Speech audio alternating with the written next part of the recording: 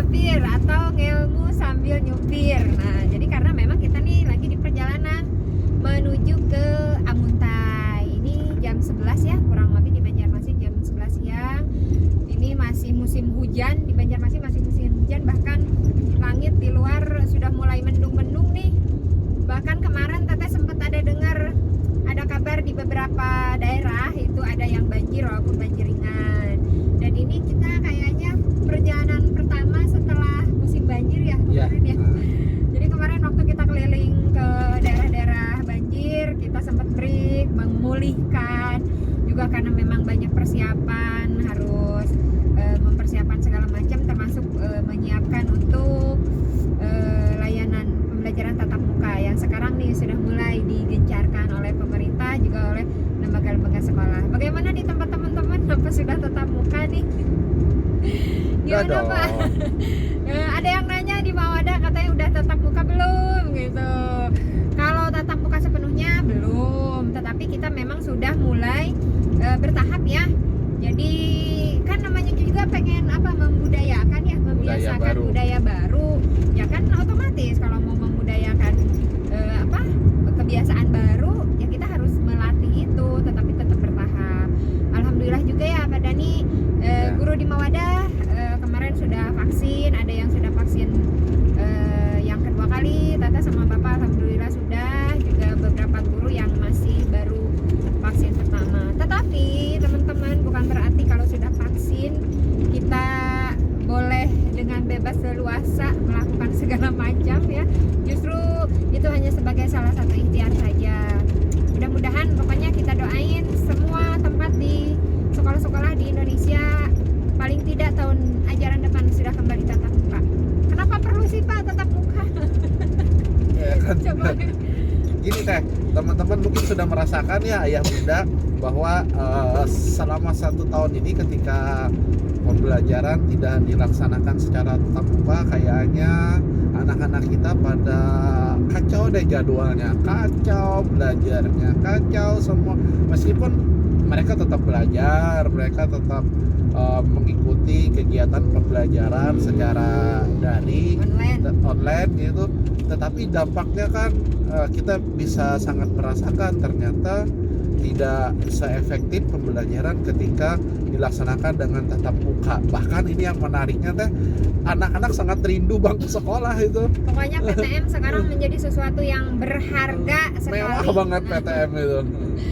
Kalau di Mawadah kita ada namanya wisata sekolah. Nah, kenapa nih bisa dikatakan wisata sekolah ini? Mungkin Pak Dani bisa jelasin nih. Jadi gini nih, jadi sebenarnya wisata sekolah ini merupakan salah satu strategi bagaimana anak-anak mendapat suasana baru dalam pembelajaran. Di satu sisi kan pada saat kita menyelenggarakan konsep wisata sekolah itu, pemerintah masih belum mengizinkan pembelajaran tatap muka. Tetapi di sisi yang lain, mal udah boleh buka. Ya, tempat wisata sudah boleh buka. Udah deh kita berpikir, kalau karena itu kita nggak apa-apa sekolah pembelajaran nggak buka, tetapi anak-anak wisatanya datang ke sekolah gitu. Kan cuma wisata gitu. Iya, di sekolahnya main, di sekolahnya ketemu teman-temannya. Kemudian sambil juga dikenalkan bagaimana budaya baru dengan konsep wisata. Nah, gitu. Itu yang bedanya. Kalau anak-anak dibawa ke tempat wisata, mungkin tempat wisata nggak semua ya menerapkan prokes, apalagi wisatanya wisata alam misalnya. Paling di mal-mal itu pun cuman ukur suhu misalnya, masker kadang ada yang buka lepas, itu bebas-bebas aja. Tapi kalau di sekolah nih, anak-anak wisatanya di sekolah pasti deh dijamin guru-gurunya menjaga melaksanakan prokes dengan benar-benar maksimal. Salah satunya nih Pak, kalau di Mawadah nih teman-teman kan ada yang nanya gimana penerapan prokes. Nah kalau di Mawadah itu salah satunya datang dan pulang anak itu harus dicek suhu. Jadi bukan cuma datang aja, anak dicek suhu misalnya pas datang tuh 36, pas pulang dia gimana suhu badannya. Ya, dan itu dicatat Teh ya. Dan itu dicatat, direkap, sehingga kalau nanti ada anak yang tiba-tiba dia ada gejala misalnya ya demamnya di atas kebiasaannya misal, itu bisa kita deteksi mulai hari apa misalnya, terus selama di sekolah bagaimana. Itu salah satunya. Selain juga seperti cuci tangan, jaga jarak. Ini pertanyaan juga, emang anak-anak usia PAUD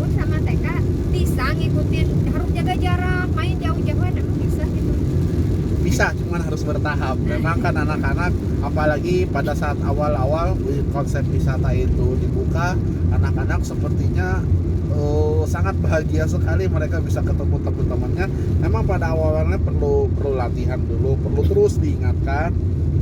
Tetapi pelan-pelan sekarang mereka udah terbiasa mainnya pakai masker, kemudian jaga jarak ketika gitu main. ya mainnya. Yang biasanya kalau main itu kata ibu guru nih, anak-anak kalau main harus berdua, bertiga supaya ada interaksi sosial ya itu.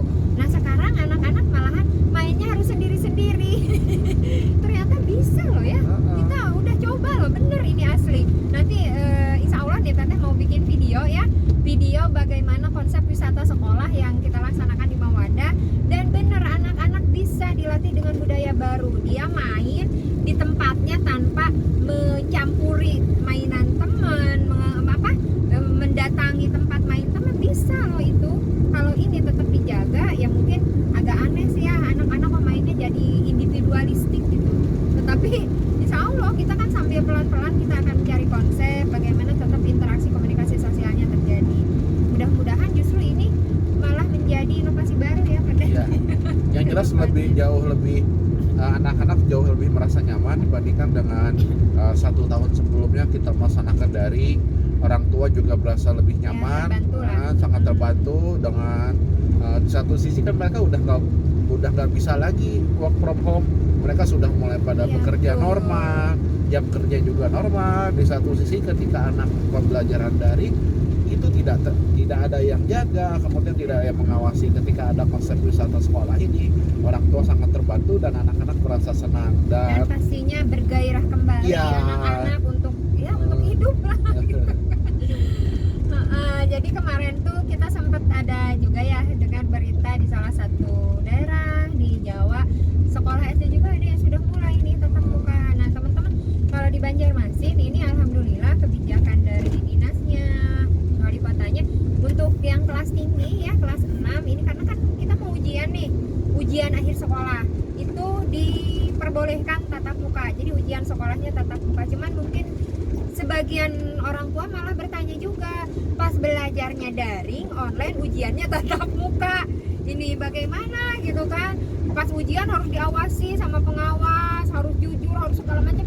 Pas belajarnya ala kadarnya, yang namanya juga pelajaran online gitu kan. Nah sehingga memang ini pun menjadi menjadi sebuah kekhawatiran buat sebagian orang tua. Pembelajarannya nggak maksimal pada ini, tetapi ujiannya harus maksimal gitu kan. Itu gimana menurut Pak?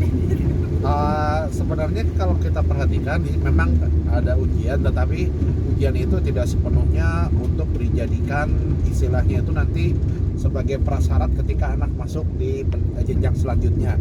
Misalnya jadi syarat lulus gitu. Tidak sepenuhnya jadi syarat. Nah, jadi ketika kita kemungkinan ya anak pasti lulus semua kan dengan konsep pendidikan sekarang. Tidak boleh ada yang nggak lulus. Tidak boleh ada yang tidak naik kelas, tidak boleh ada yang tidak lulus. Jadi otomatis secara langsung anak bisa lulus dari sekolah dasar. Cuman nanti ujian ini mungkin sebagai bahan masukan buat pemerintah bagaimana efektivitas pembelajaran selama pandemi.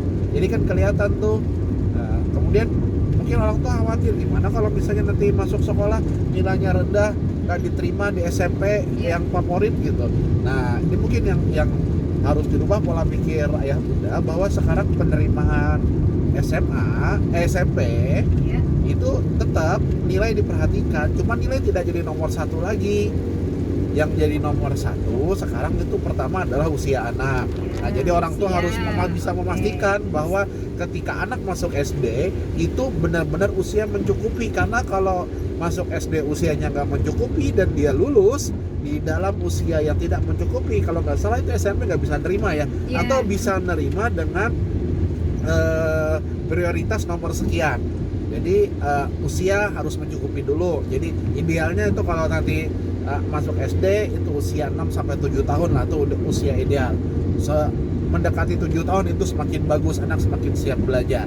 Nah berarti lulus mungkin sekitar usia 12 sampai dengan 13 tahun. Itu pertama usia. Kemudian yang kedua, selain usia yang mencukupi, itu adalah kedekatan rumah dengan sekolah Jarak, anak. ya, Jadi jarak jarak rumah rumah ke dengan sekolah sekolah. anak. Jadi ini yang menjadi 2 syarat utama ketika nanti anak masuk ke sekolah selanjutnya di SMP. Jadi orang tua gak usah khawatir, tidak usah terlalu terbebani, apalagi sampai membuat anaknya stres pada saat ujian. Itu nanti kasihan anak-anak gitu. Mereka baru menikmati nyamannya bertemu dengan teman-temannya, mereka baru menikmati suasana pembelajaran di sekolah kembali, itu malah nanti dibebani dengan target-target ujian yang itu sedikit banyak akan berpengaruh kepada psikologis mereka. Betul, ini juga Tata sempat kepikir, duh gimana ya anak-anak itu selama ini 1 tahun kan mereka belajar dari sekali tatap muka langsung ujian, langsung diawasi. Coba bayangin kan, ya kita mungkin kalau orang tuanya paham bisa memberikan ya pengertian ke anak, nggak harus itulah, pokoknya semampunya gitu kan. Apalagi kalau di rumah kebiasaannya sih tugasnya dikerjakan orang tua. Kalau biasa kan UTS misalnya, ulangan-ulangan harian, pekerjaan di rumah dibantu orang tua, bahkan ada yang justru orang tua sama sekali yang mengerjakan. Ini langsung ujian, langsung ada pengawas, tidak ada yang membantu, tatap muka. Padahal keharapan anak-anak tatap mukanya itu bukan seperti ini mungkin ya. Sehingga ya kita berharaplah tetap mudah-mudahan anak-anak tidak sampai dia psikologisnya juga negatif gitu ya. Orang tua harus tetap memberikan support, motivasi, dan terutama guru yang ada di sekolahnya, dan juga mungkin pengawas ujian ya, karena biasanya pengawas itu kan dari sekolah yang lainnya. Jangan sampai sekali anak tatap muka langsung stres dia gitu. Itu yang mungkin harus kita perhatikan bersama. Intinya seperti tadi Pak Dani sampaikan, sekarang anak harus lulus semua, harus naik kelas semua gitu ya. Jadi kepada ayah bunda jangan cemas, jangan khawatir. Juga kepada adik-adik, teman-teman semua yang sekarang mau ujian nih, nggak usah itulah ya, nggak usah stres, nggak usah sampai jadi apa ya namanya, kalau usia seperti itu ya stres sama kan ya menghadapi ujian. Yang penting tetap belajar, tetap ikhtiar, lakukan yang terbaik, dan nanti menjawab ya semampunya. Intinya ya keluarkan semua kemampuan yang kita miliki dan berusaha untuk tetap jujur ya. Karena percuma betul semua tapi hasil curang. Itu yang harus kita jaga. Oke, Pak Dani, gimana nih? Ada yang disampaikan lagi ya? Cukup. Jadi buat teman-teman yang dihadapkan ini mau PTM, iya, alhamdulillah nih Tete juga ya, kita gitu, Tete sama Bapak ini dapat kabar baik, salah satu pondok di Jogja juga sudah mulai nih. Ada mungkin di pondok-pondok lain mulai juga ya. Kalau di Kalimantan Selatan udah lama. Nah, kalau di Kalsel udah ada beberapa pondok yang membuka tatap muka ya. Terus di Jawa juga Teteh lihat ada beberapa pondok, termasuk salah satu pondok anak Teteh juga di Jogja itu sudah membuka tatap muka. Santrinya sudah mulai yang dipersilahkan ke asrama, tetapi memang belum diwajibkan. Ada beberapa orang tua yang mungkin dengan banyak pertimbangan belum. Tetapi ini menjadi kabar baik kalau pondok-pondok pesantren di seluruh Indonesia kembali buka. Insya Allah kita bisa mengejar ketertinggalan. Setahun mungkin tidak bisa menghasilkan para penghafal Quran, para ahli hadis, insya Allah kita akan mengejar. Dan peran orang tua ya ayah bunda kita semua sangat penting bagaimana memotivasi anak, karena mereka udah keenakan nih, keenakan santai di rumah, sekarang harus kembali ke pondok. Mudah-mudahan aja kita doakan bersama-sama ya. Ini sudah mulai hujan nih, suara sudah mulai agak samar karena ini sudah mulai turun hujan lumayan deras. Doain aja mudah-mudahan Tete sama Bapak sampai selamat di tujuan. Oh ya, sebelum tutup, Tete terima kasih banyak buat yang sudah men-subscribe juga. Insya Allah lagu-lagu dan tema-tema termasuk sesi Pusapir akan terus kita bagi supaya sama-sama kita bisa belajar kembali. Itu ya teman-teman, jangan lupa yang ini di-subscribe juga dan di-share supaya bermanfaat. Terima kasih, sampai jumpa lagi. Assalamualaikum warahmatullahi wabarakatuh. Susah.